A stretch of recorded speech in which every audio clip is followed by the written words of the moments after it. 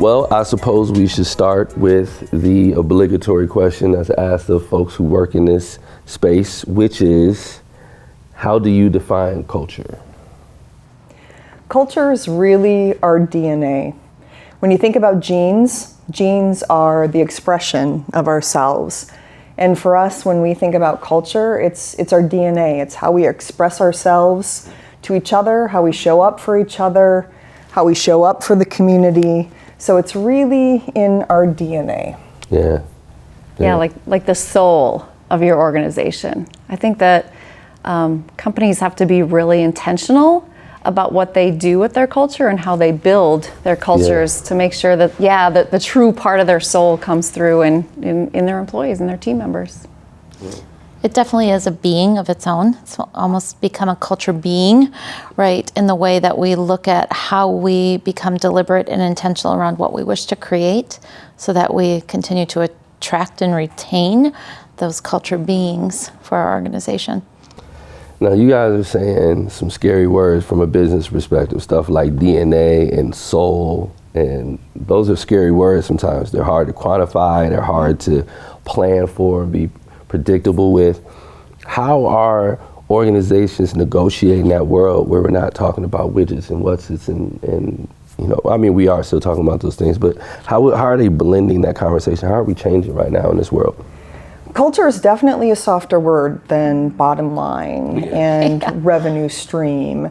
But when we think of recruiting talent and definitely engaging talent, culture is it.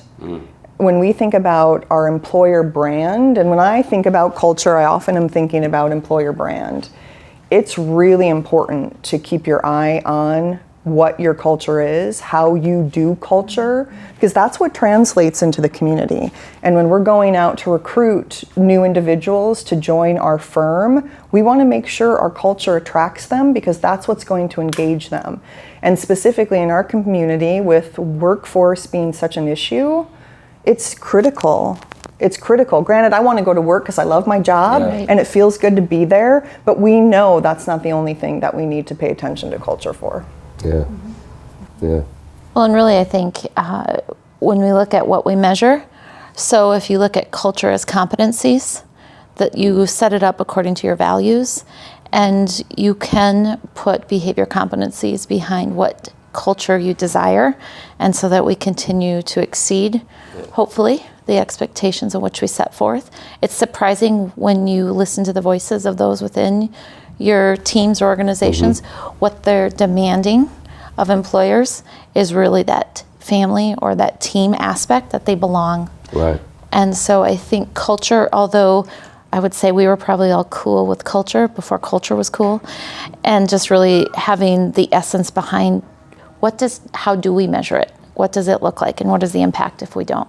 When you talk about behavior competencies, what do you mean by that? What does that look like? So we utilize, and at First National, the values as competencies towards how we meet our job performance. So they really become our essential functions on how we do business. And I think by measuring them, right, what's measured gets done. It's a way to help measure the culture, along with all the additional things that you do, the employee engagement surveys, the customer surveys of their engagement, really helping our employees and our teammates understand that by being good to one another and how we relate our values we're able to then launch that out to our customers so seamlessly.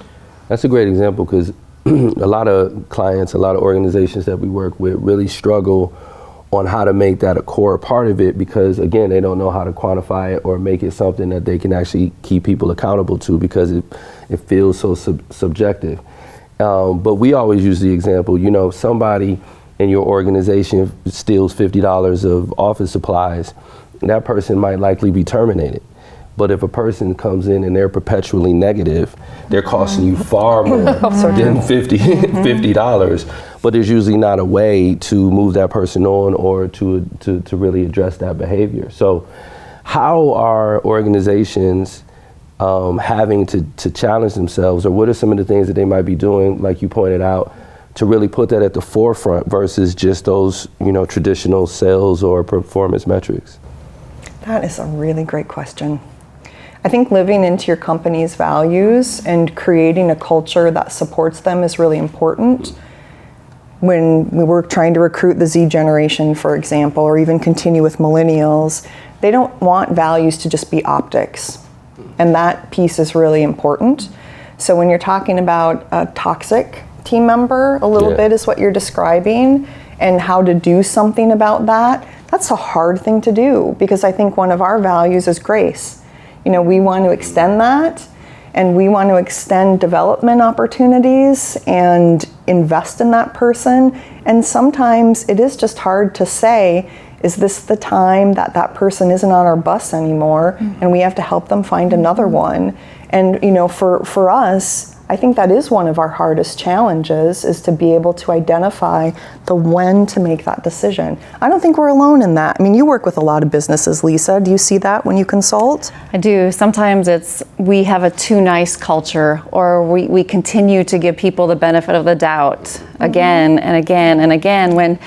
So what we do is we zigzag, right? So we avoid sometimes those conversations when maybe we need to stay in them a little bit longer. And who knows, if there's an employee that does need to be let go, they are gonna probably have a better chance or be happier somewhere else. And sometimes if we help them see that maybe this isn't exactly the right fit for them, they're going to be happier finding that good fit, and knowing your organization, you're going to help them find what that looks like.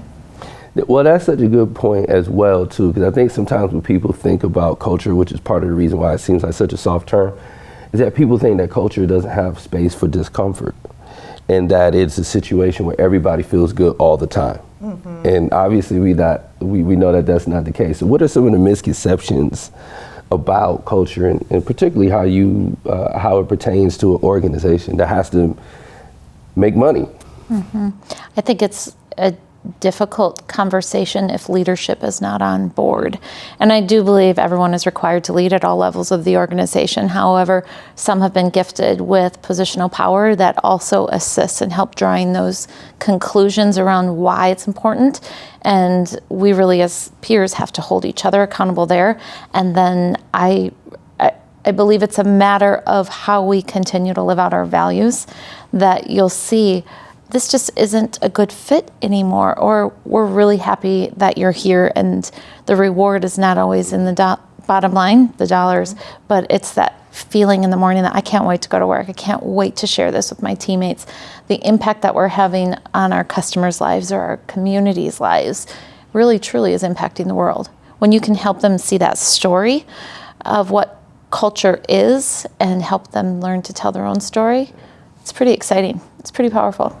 And culture just isn't foosball games Right. and cornhole games. Exactly. I mean, culture is part of defining how we get through change or difficult situations together. It's not just about the fun and games, but it really is about defining teamwork, our strategy for change management, and how we're going to move through hard things and make hard decisions. And I think some folks don't always see culture as part of that. They just look at it as, how can we be fun? How can we be social? And that's one very important piece of it, because we like to have fun at work. We like to take breaks together, but it should also define how we are together during the challenging times.